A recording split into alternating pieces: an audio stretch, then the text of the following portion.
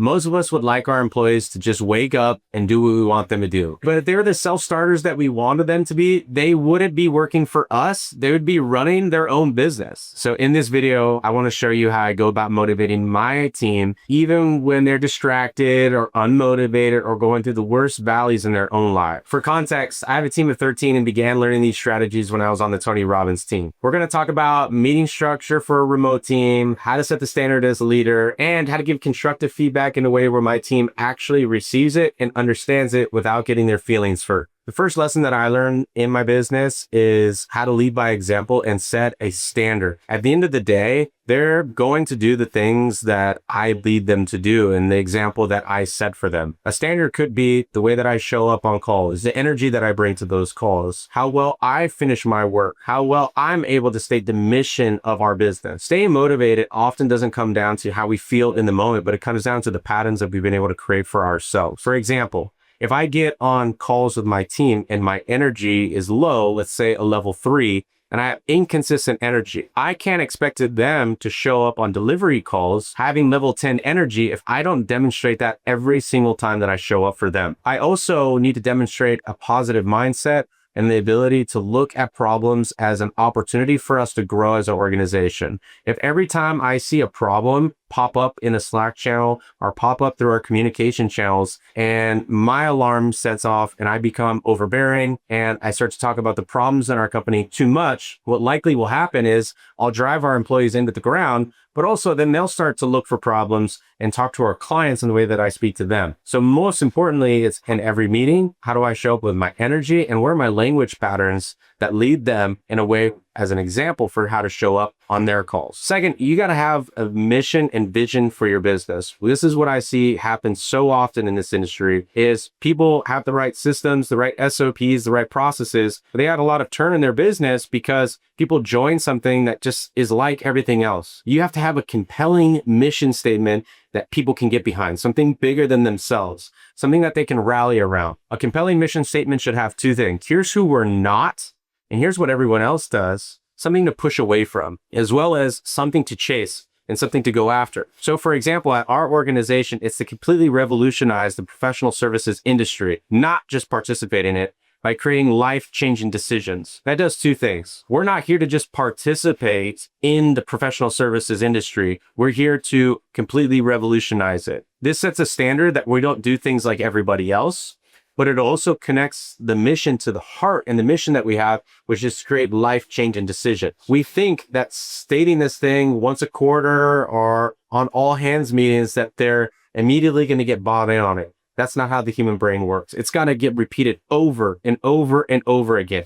This means every time we finish a team call, we repeat the mission statement so it gets ingrained in their mind and sets the standard for how they should be showing up for our clients, for each other, and for themselves. One way to look at mission is most people are going to come to you for a paycheck and they're going to come to you for the values that they perceived during the interview process. But what they really stay for is a mission that they can get buy-in by. Not being a part of the mission feels more painful than being a part of a mission that is truly transformative for themselves, the people that they serve, and for the people they've been able to create a relationship with inside the organization. So now let's talk about ways that we can actually get tactical about getting the most out of the individuals on your team, which will raise the collective standard for everyone in your organization. Here's how I like to structure my one-on-ones with the organization.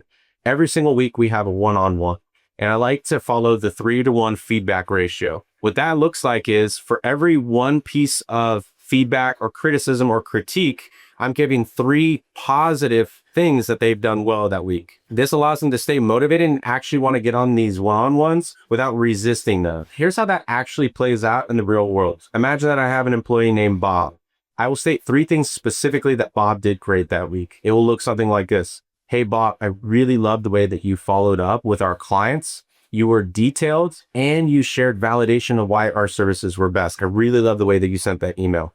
The second thing that I really loved about your communication is the way that you interacted with the team and make sure that you not only provided clarity in the way that you talk, but you verified that they received the information that you intended them to have it. And third, and most important, I noticed how you celebrated other team members in our organization. That aligns with one of our core values, which is celebrate each other. So I really appreciate how you do that. One bit of feedback that I have for you is being more timely on when you reach back out to clients. The speed in which we reply to clients is going to drastically increase our conversions and our likability, as well as the one reason they come to our organizations because we provide excellent communication and education around our product and services. The way communication is delivered and the timeliness of that communication is going to lead to clients sticking with us for long term. I know this is something that you're already great at. I just wanted to point out how we can get even better at this. Are you aligned with the mission and the structure of how we want to do this going forward? What this allows me to do is not call Bob out for doing a bad job, but more so being hard on the problem and soft on the person, which brings me into my next point. Whenever getting constructive feedback, we don't want to call out what they did wrong. We want to call out how they're amazing and how they approached the project or how they approached the communication was not up to their standard and the company's standard, but they themselves are capable and you're calling them to a higher level. This allows them to understand and see themselves as the identity and level that you want them to without feeling disrespected. One specific example of this is creating timely feedback. Let's say that you have someone on your team that is not replying as quickly as you would like them to. Let's call that a representative, John. John sends an email after 48 hours after a meeting. And you know John is capable of sending a follow-up within a couple hours or at the very most within 24 hours. So you would call John to a higher standard by giving them an identity. You would say, hey, John, you've been so consistent on our team with praising other people and giving great feedback. One thing that I'd like to see us improve on is the timeliness of our feedback. One of the core principles at our organization is timely and effective communication.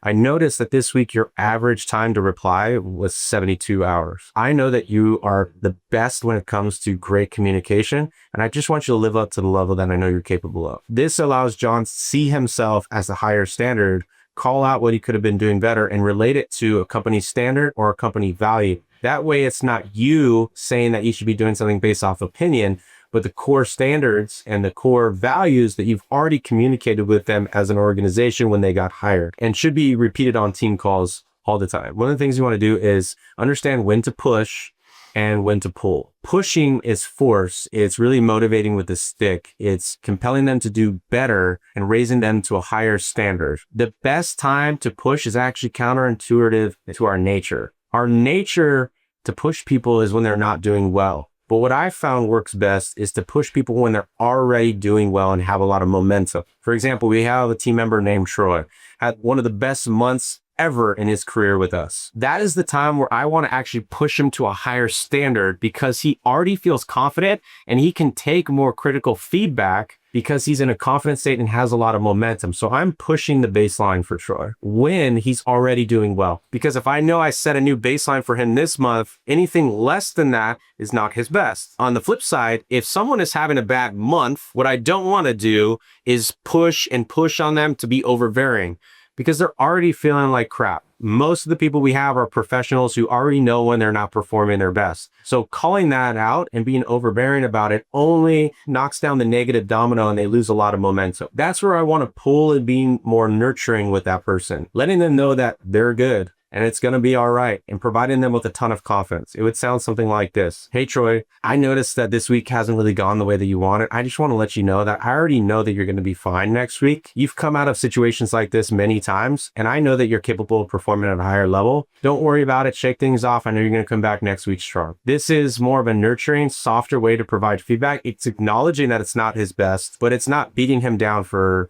not performing consistently. The only time where you want to push after underperformance is if it's been a chronic problem. If it's been a chronic problem, now we need to have a discussion around, is this person the best fit for our organization? But if you know someone has shown capability before, the last thing you want to do is be overbearing. You want to pull them into the ability that you know that they're capable of performing. By the way, I have a full SOP on how to run effective team meetings. It's the first link in the description of this video if you want to download it. So now that you have a little bit of a playbook on how we motivate on a one-on-one basis, let's transition to how do you get the most out of a remote team when people are all over the country, or for some cases, all over the world? How do you get them to act cohesively and essentially get everyone to row in the same direction? What we found works best for us is having daily huddles. What we don't get in a remote team is the water cooler interactions where we get to see each other's faces, ask about their kids every day. So you have to create that structured time for people to come together as a unit. Every morning, we like to have these team huddles. And during those team huddles, we have a very specific structure. The first thing that we do is ask how everyone's doing, but we keep it very short, under 10, 15 seconds. So acknowledge people by their name, say good morning, and ask them how they're doing this morning. Typically, it's high energy, and most people are going to say good or great. It gets everyone on the call talking and communicating. Secondly, we then talk about the wins or the testimonials or things that went well from the previous day. That allows our team to start the call in a positive way. In a remote setting, we don't control what's happening in their environment. The kids are sick. They got in a fight with their spouse. They had a bad day the day previously. And so we don't want them to bring that baggage into the next day. We want them to start off a clean slate. We want the work environment to be a structured place where they know they can get consistency. Because like most of us, a lot of us are dealing with things outside of work. So we start off the day with wins. Then we acknowledge the winners in the organization. We call out people who have done amazing or did something well the previous day so that we get personal recognition in front of a group setting so that everyone understands that the praise comes from the people who actually produce results. Next, we do role plays for different situations in the organization so that we're practicing different situations. What that can look like for a sales team or professionals on your team that are doing sales is practicing asking questions that dig for the pay. That's probably the most important part of every sales conversation. Second is practicing objection handling. What are their pitch? What are their tone? Do they actively pause? That's one way to do it for a sales team. If you are an account management team or customer success team, you may want to role play different situations that come up, different gripes or complaints that come up with clients and how to effectively communicate that without causing friction with customer. For third, if you have a delivery team, how to effectively communicate without over explaining, only giving them the information that is the most useful for them and not getting overly technical with clients that don't need that information. Mostly learning how to read personalities and effectively communicate and to communicate on time. Once they role play it, we provide a 3-to-1 feedback, as I mentioned earlier on this call. What are 3 things they did well? What's one thing that they can do better? But we specifically use a language pattern for that constructive feedback. We don't say, here's what you did well, or here's what you need to work on.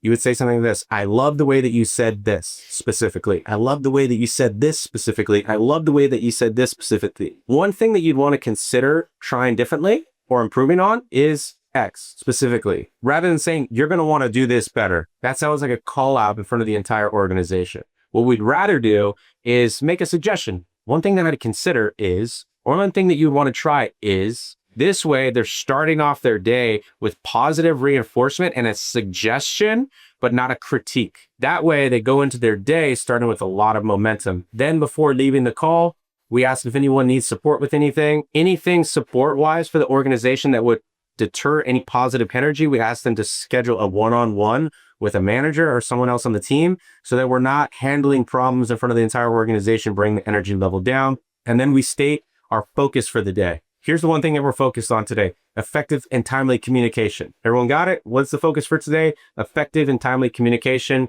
And as a reminder, here's our mission.